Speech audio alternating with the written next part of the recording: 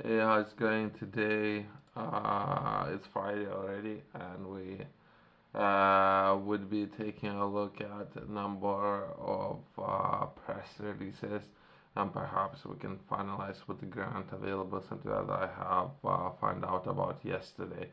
Let's jump right into it.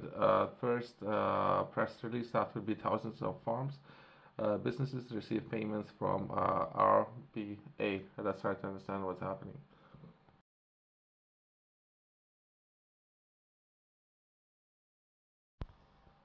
Yeah.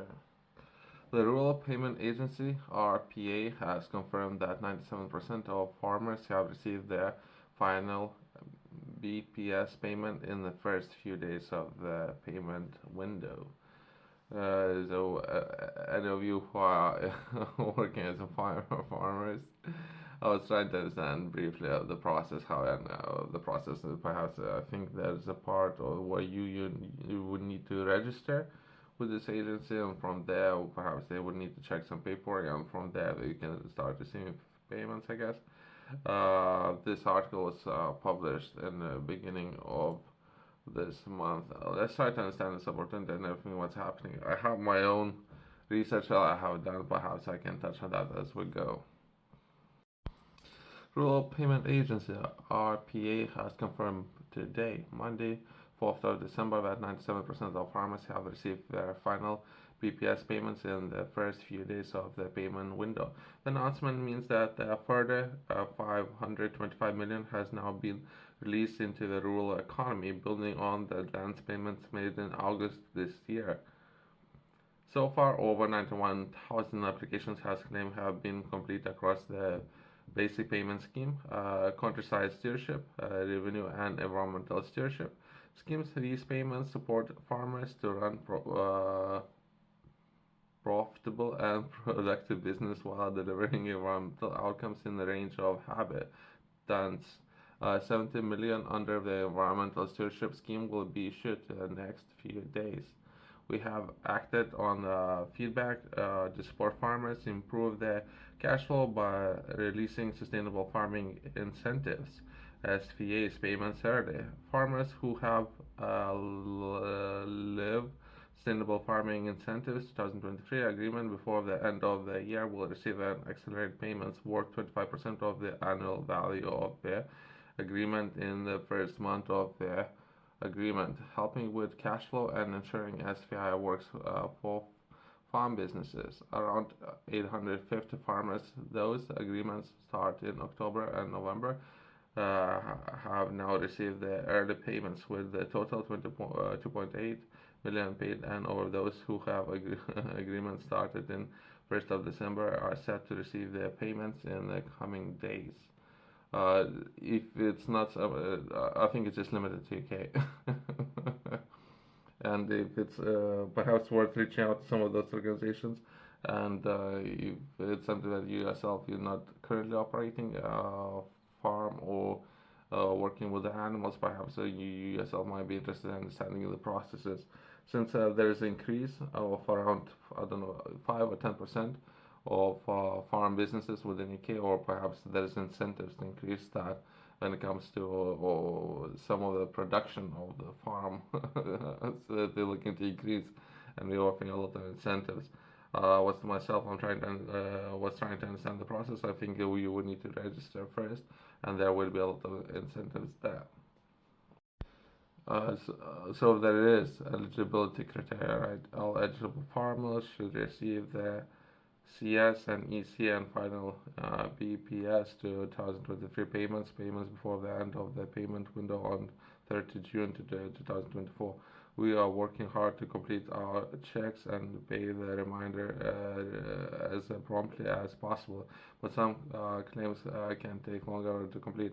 BPS payments are made directly to a farmer bank account, so yeah, BACS transfers to farmers can make sure that the RPA has most up-to-date account details on rural payment services. So if you need update on your account details, can rural payment agency helpline. Okay, so that's gonna be some information I can attach to this video. Let's jump to the next article. That would be new legislation set to ban live animal exports.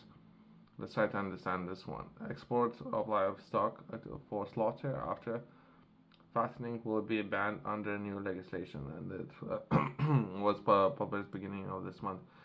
Let's try to understand this one. I have my own idea, so I thought it would be a transition from one to another. A new legislation will put end to the export of live animals for slaughter and fattening from Great Britain. The Animal Welfare Livestock Exports Bill, which has been introduced in Parliament today for the beginning of this month, deliver on the key manifesto commitment to ban and export of live animals, including cattle, sheep, and or pigs. Okay, this legislation is only possible now. We have left the European Union and will stop animals enduring unnecessary stress, exhaustion, and injury on the long journeys. I was trying to understand this process, right? So I have seen this since they had a lot of rules. I have read most of those rules. What was the process of transporting animals from point A to point B? So I have read and I understood everything. So now they are saying that it's not the way how they are looking to that. Okay. As the highest ranked G7 nation, according to the World Animal Protection Index, the government is committed to high animal welfare standards and ensuring all animals are treated kindly as all stages of life. We have been clear that animals should only be transported when necessary, and if it's possible, should not be travel a long distance to be slaughtered. Okay. The bill will ensure that animals are slaughtered domestically in high welfare UK slaughterhouse, reinforcing our position on world leading of animal welfare, boosting the value of British meat.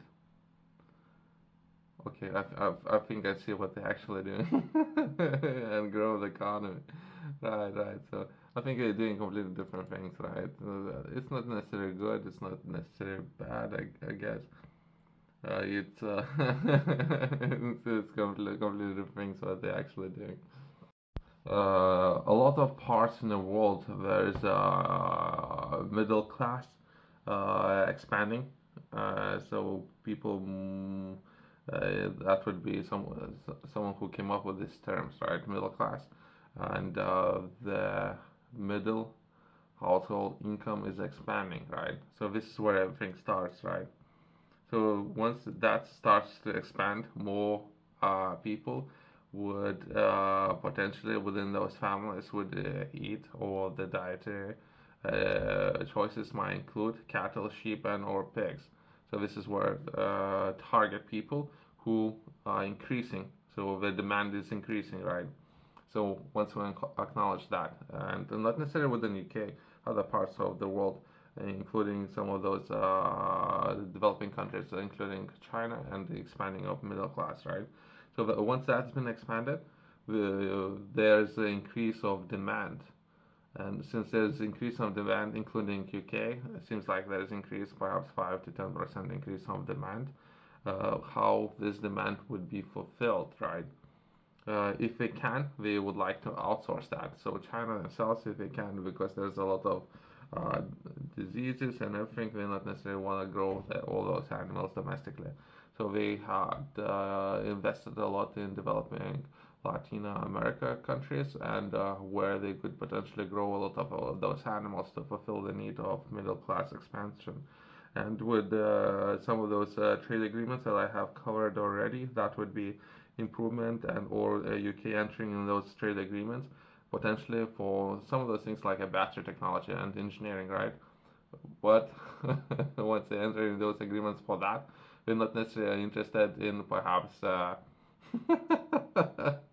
to be sent any of the animals, right? That was grown for perhaps Chinese middle class, right? So how they very interesting way how government is looking to do it. Government is looking to grow domestically if they can, another 5 to 10%. When I saw it, it was strange why government will decide to grow domestically. Now it would make more sense, right? Just because everything was happening in the world. So if they will import necessary raw materials for building a lot of technological advanced materials, right? Or rare herbs, as they call it. We not necessarily want to import any of the animals that I have mentioned, right? And how this is how we're gonna balance, we're gonna do a balancing act. Since we're on the topic of animal welfare and how you can potentially be more sustainable, I have published an entire book on that. That would be where to begin when we're taking a look at establishing a livestock enterprise. And if it's not something that you have done in the past, that would be a progression from zero to the first $10,000 you response and how you can achieve that. Within this book, I'm taking a look at the first milestone of what many people should set goals for themselves, in particular entering business. Financial goals just be one of ways of many how you can track your progress. Within the book, I'm sharing a lot of examples, which I personally believe would be important for many people out there entering this field, and you can yourself you can learn a lot of that. If you're interested, there's a QR code in the corner company's website below.